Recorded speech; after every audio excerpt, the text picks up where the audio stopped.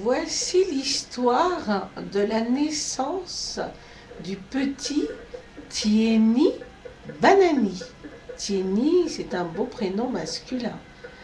Si un jour vous promenez là-bas, au milieu de la savane africaine, entre la montagne d'Ilo et le fleuve Tiko, vous verrez certainement le beau village de Kondou, avec ses cases bien propres, entourées de palissades de fougères. Là, les hommes, les femmes et les enfants vivent dans le calme et la tranquillité.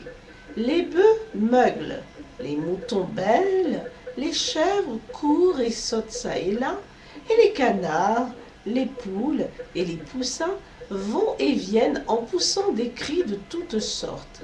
Le matin, de très bonne heure, les cultivateurs, là-haut sur l'épaule, partent au cœur de la brousse défricher leurs champs. Les femmes restent au village. Elles pilent, préparent les repas, nettoient les cases. Les grands garçons aident leur père dans les champs. Les petits, torse nus et vêtus d'un simple caleçon de cotonnade, je répète, vêtus d'un simple caleçon de cotonnade, jouent dans la poussière à l'ombre des arbres. Les filles vont à la rivière. Elles lavent le linge et la vaisselle. Et il fait bon vivre à Kondou. Dans ce village vivent un homme appelé Brema et sa femme Komba. Brema est un brave cultivateur. Sa femme attend un enfant. Elle est fatiguée et n'arrive plus à rien faire. Un jour, alors que Brema est au champ, Komba, assisté heureusement par des vieilles femmes, met au monde un bébé. C'est un garçon. Les vieilles femmes lavent le bébé. Elles le couchent et le couvrent avec un pagne et une couverture. Vite, on tue un coq pour célébrer l'événement que l'on prépare dans une bonne sauce pour la mère.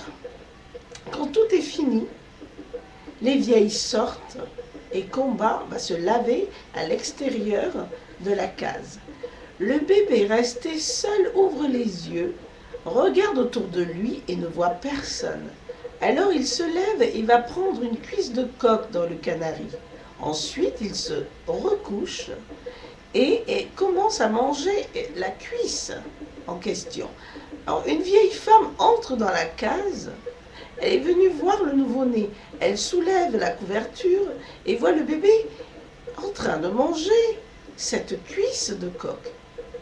Elle sursaute et reste bouche bée. « N'aie pas peur, dit le bébé. » La vieille, prise de panique, s'enfuit. Komba a fini de se laver. Elle rentre dans la case et veut manger. Elle soulève le couvercle du canari et ne voit qu'une seule cuisse de coq. Elle se dit, les gens aujourd'hui n'ont plus aucune honte.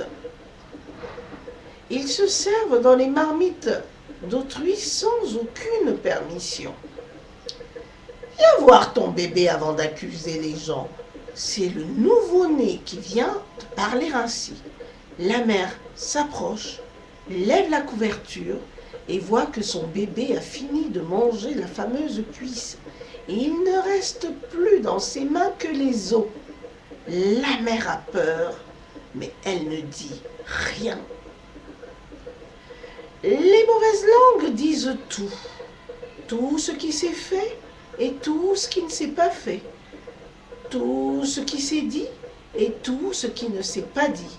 Le nouveau-né est appelé le même jour Tieni Banani, ce qui signifie dans cette région l'enfant terrible.